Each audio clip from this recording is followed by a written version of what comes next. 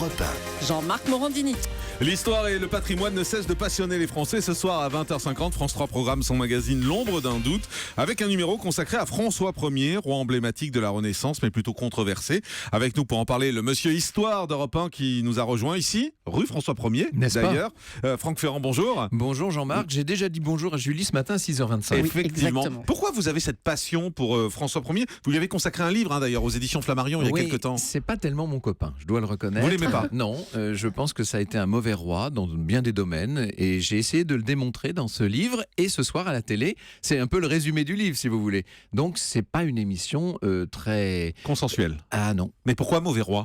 Parce que c'était d'abord un diplomate épouvantable, c'est quelqu'un qui a passé son temps à trahir sa parole, il n'était absolument pas constant, c'était un très mauvais stratège, et puis dans sa vie, il a été un père épouvantable, un mari, n'en parlons pas, un fils ingrat, enfin bon, on a l'image, vous savez, de ce roi qui est le grand prince de la Renaissance, le protecteur des arts et des lettres. Il a Après connu tout, des triomphes aussi bah quand oui, même. bien entendu, il y a Marignan, il a construit Chambord, il a agrandi dans des proportions folles le château de Fontainebleau, tout ça c'est vrai. Mais derrière cette belle façade, il faut pas trop aller voir dans les coulisses. C'est l'humain en fait. Oui, l'humain est pas très brillant, pas très reluisant, et puis surtout, c'est quelqu'un qui n'était pas à la hauteur de sa fonction. Vous savez ce qui s'est passé, c'est qu'il a été mis sur un piédestal par sa mère et par sa sœur, sa très chère sœur Marguerite. Elles l'ont pendant toute son enfance, il était orphelin de père, elles l'ont porté au nu, elles lui ont dit qu'il était le plus beau, le plus fort, le plus intelligent, etc. Il a fini par le croire. Et toute sa vie aura été une sorte de démonstration du contraire, comme si la réalité se rappelait à lui. Est-ce que c'est vrai qu'il fait partie de ceux qui ont instauré la censure par exemple? Oui, bien entendu. Il a même interdit l'imprimerie pendant un an entier. C'est lui qui a fait brûler les premiers réformés sur des bûchers. C'est lui qui a perpétré, disons-le, l'épouvantable massacre des Vaudois. On a violé, martyrisé, on a écrasé 20 villages du Luberon.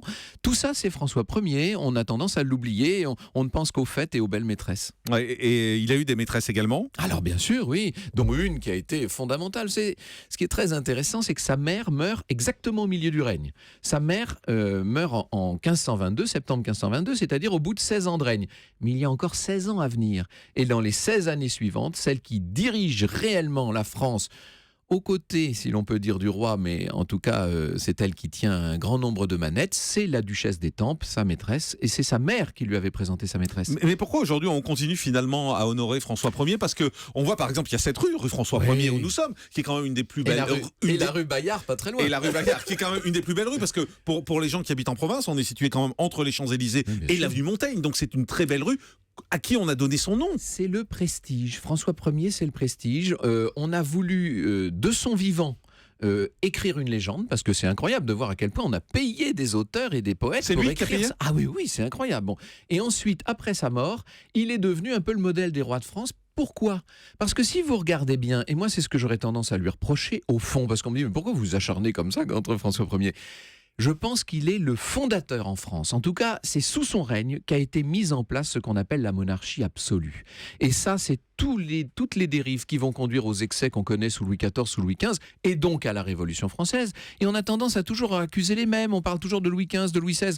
On oublie que celui qui a confondu ses finances avec les finances de l'État, qui a instauré une justice royale d'une violence incroyable, etc., c'est François Ier. Alors on parlait de notre rue François Ier. Il faut savoir qu'il y a un petit bistrot un peu plus haut qu'Europe 1 qui s'appelle La Belle Ferronnière. Eh oui, bien c'est entendu. une de ses maîtresses. ça. Exactement, Voilà. une de ses très nombreuses maîtresses. Mm. Alors on disait, ça c'est peut-être la légende, parce que vous savez qu'au 19e siècle on a inventé plein de choses, mais on disait qu'en fait le mari de la dame s'était vengé en lui transmettant la syphilis, qui donc avait fini par atteindre le roi. Bon, on découvrira ça ce soir à partir de 20h50 sur France 3. Un mot sur vous et sur vos projets, Franck Ferrand, parce qu'on a entendu Stéphane Bern qui a parlé chez Michel Drucker le 22 février dernier d'un projet qui vous excitait. Vous travaillez tous les deux ensemble visiblement sur ce projet. Ce serait une espèce de House of Cards dans la royauté, c'est ça? Oui, c'est Vous un pouvez petit nous peu en ça. dire un peu plus? On est en train de monter effectivement une série tous les deux. Série télé. Une série télé, on s'amuse vraiment beaucoup.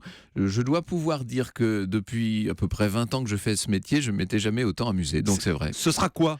Ah ben ça, je peux pas tout vous Non, raconter. non, mais expliquez-nous. En gros, c'est une série qui se passe dans cet univers. À quelle époque exactement? À notre époque. C'est une série tout à fait actuelle. D'accord. Et Et ben vous verrez, vous regarderez le pilote. Non, et c'est le pas une premier série. épisode. C'est pas une série historique en fait. Ah non, non, pas du tout.